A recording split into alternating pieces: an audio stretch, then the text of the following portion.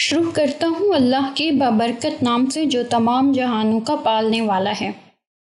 مرنے کے بعد مردہ اپنے گھر والوں کو کتنے سال تک یاد کرتا ہے اور روتا ہے، یہ جاننے کے لیے ویڈیو کو آخر تک لازمی دیکھیے گا۔ بسم اللہ الرحمن الرحیم۔ دنیا اور آخرت کے بعد ایک اور عالم ہے جس کو برزخ کہتے ہیں۔ مرنے کے بعد اور قیامت سے پہلے تمام انس و جنس کے ارواح کو حسب مراتب اس میں رہنا ہوتا ہے، اور روح کہیں بھی ہو جسم کے ساتھ اس کا تعلق رہتا ہے۔ قبر ہر آنے والے کو پہچانتی ہے، اور یہ کہنا کہ فلاں کی روح فلاں کے اندر چلی گئی یا اس نے دوبارہ جنم لیا، یہ عقیدہ قرآن و حدیث کے خلاف ہے۔ حدیث شریف میں ہے جب مسلمان مرتا ہے اس کی راہ کھول دی جاتی ہے کہ جہاں چاہے جائے۔ سعید بن مسیب رضی اللہ تعالیٰ عنہ سے مروی ہے، حضرت سلمان فارسی عبداللہ بن سلام رضی اللہ تعالیٰ عنہ باہم ملے۔ ایک دوسرے سے کہا کہ اگر مجھ سے پہلے کوئی انتقال کرو تو مجھے خبر دینا کہ وہاں کیا پیش آیا ہے۔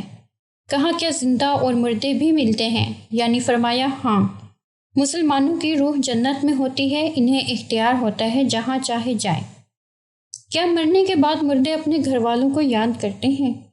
جب کسی انسان کا انتقال ہو جاتا ہے تو وہ مرنے والے شخص کو یہ معلوم ہوتا ہے کہ ہم اس دنیا سے منتقل ہو کر اس دنیا میں یعنی عالم برزخ میں آ گئے ہیں، اور اس کو یہ ساری چیزیں یاد ہوتی ہیں کہ ہمارا گھر ہے، مکان ہے، رشتہ دار ہیں، عزیز و اقارب ہیں، ہمارے بہن بھائی ہیں، ہماری ایک فیملی ہے۔ اور یہاں تک کہ جب اس مردے کی روح نکل جاتی ہے، جب اس کو دفنایا جا رہا ہوتا ہے تو پھر اس وقت وہ مردہ اپنی آنکھوں سے ساری چیزیں دیکھ بھی رہا ہوتا ہے، یعنی کہ اس کی جو روح ہوتی ہے وہ ان ساری چیزوں کو دیکھ رہی ہوتی ہے، اور اس کو یہ پتہ ہوتا ہے کہ اب ہمیں کفن پہنایا جا رہا ہے اور اب ہمارے جنازے کو اٹھایا جا رہا ہے۔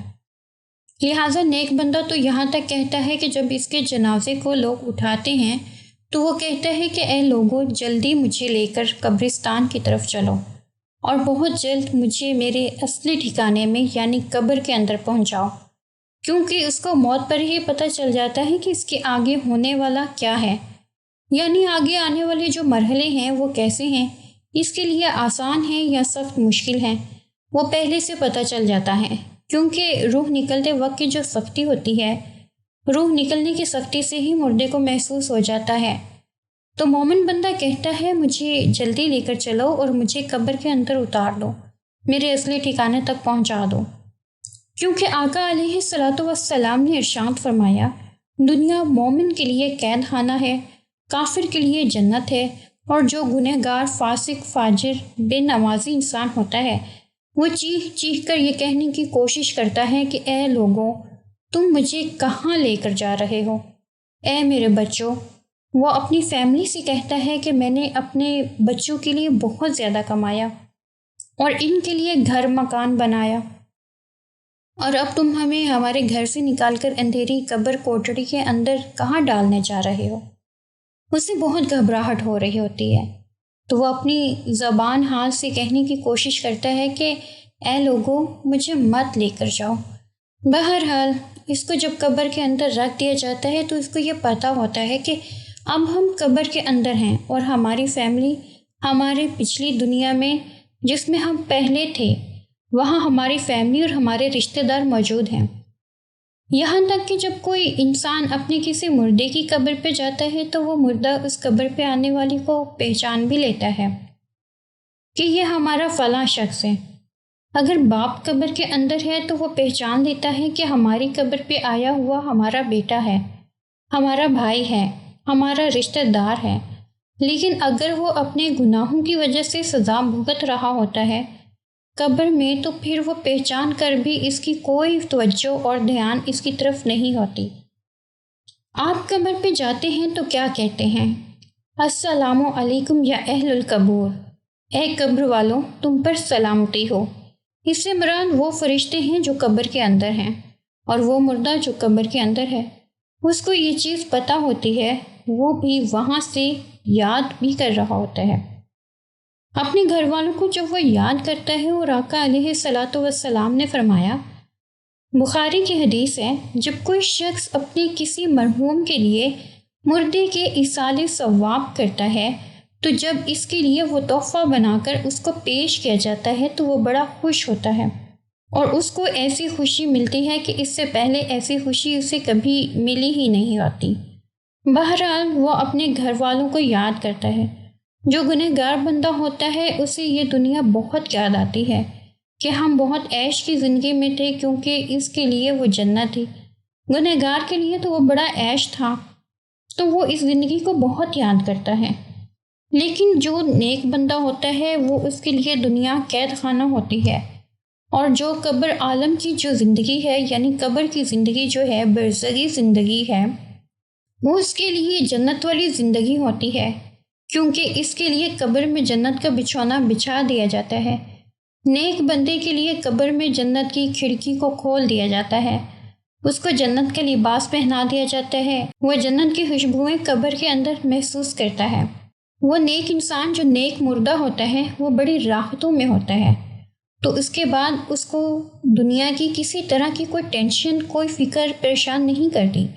اب وہ اپنی زندگی میں ہوتے ہیں جس میں اس کا اصلی ٹھکانہ ہے، تو وہ اسی میں خوش رہتا ہے۔ اور کچھ نیک لوگ ایسے ہوتے ہیں جب ان کا انتقال ہوتا ہے تو ان کو ایسے سلا دیا جاتا ہے کہ جیسے نئی نویلی دلہن ہوتی ہے۔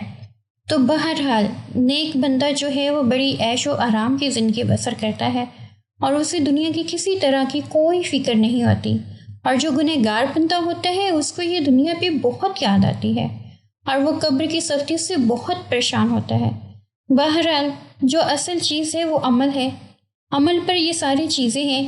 اگر انسان کے عمل اچھے ہیں تو موت سے اچھا میسج کوئی نہیں، اور اگر انسان کے اعمال خراب ہیں تو موت سے برا اس کے لیے پیغام کوئی نہیں ہے۔ قرآن مجید میں اللہ تعالیٰ کا ارشاد ہے، تم اپنے رب سے گڑ گڑا کر اور آہستہ دونوں طریقوں سے دعا کیا کرو، بے شک وہ حد سے بڑھنے والوں کو پسند نہیں کرتا۔ رسول اللہ صلی اللہ علیہ وآلہ وسلم کا ارشاد ہے، جو مسلمان میت کی نماز جنازہ 40 افراد ادا کریں جو اللہ کے ساتھ کسی کو شریک نہیں ٹھہراتے، تو اللہ تعالیٰ اس میت کے حق میں ان کی سفارش کو ضرور قبول فرماتا ہے۔ دوسری روایت میں آپ صلی اللہ علیہ وآلہ وسلم کا ارشاد ہے، جس میت کی نماز جنازہ امت مسلمہ کے 100 افراد ادا کر کے اس کی شفاعت کرتے ہیں تو ان کی سفارش اس میت کے حق میں قبول کی جاتی ہے۔ امام ابن قیم رحمۃ اللہ علیہ فرماتے ہیں، نماز جنازہ کا مقصد میت کے لیے دعا ہے، قبر کے پاس کھڑے ہو کر دعا اور طلب مغفرت کرنا۔ حضرت عبداللہ بن عمر رضی اللہ تعالیٰ عنہ کی روایت ہے کہ رسول اللہ صلی اللہ علیہ وآلہ وسلم جب میت کو قبر میں رکھتے تو فرماتے، بسم اللہ وعلی سنتی رسول اللہ، اللہ تعالیٰ کے نام سے اور رسول اللہ صلی اللہ علیہ وآلہ وسلم کے طریقے پر۔ نیز حضرت عثمان بن عفان رضی اللہ تعالیٰ عنہ کی روایت ہے، وہ کہتے ہیں کہ جب رسول اللہ صلی اللہ علیہ وآلہ وسلم میت کی تدفین سے فارغ ہوتے تو قبر پر کھڑے ہو کر فرماتے ہیں، اپنے بھائی کے لیے مغفرت کی طلب کرو اور اس کے لیے ثابت قدمی مانگو، اس کے لیے کہ ابھی اس سے سوال کیا جائے گا۔ تو اللہ رب العالمین کی بارگاہ میں دعا ہے، اللہ تبارک و تعالی ہم تمام لوگوں کو خوب اچھی اور نیک عمل کرنے کی توفیق عطا فرمائے، آمین۔ تمام احباب سے گزارش ہے کہ اللہ تعالیٰ کے 99 ناموں میں سے ایک نام ضرور لکھیں۔ شکریہ۔